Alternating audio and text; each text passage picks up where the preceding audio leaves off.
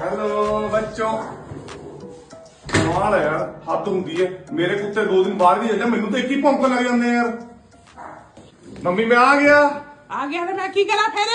ओ यार मुंडा 3 दिन बाद घरे आया, मैनू मिस नहीं किया तुसी यार? मिस नहीं किया, पैसे बर्बाद करके आ गया। किहड़े पैसे अम्मी यार? 3 महीने बाद घूमन गया, वो भी सुनाता मैनू।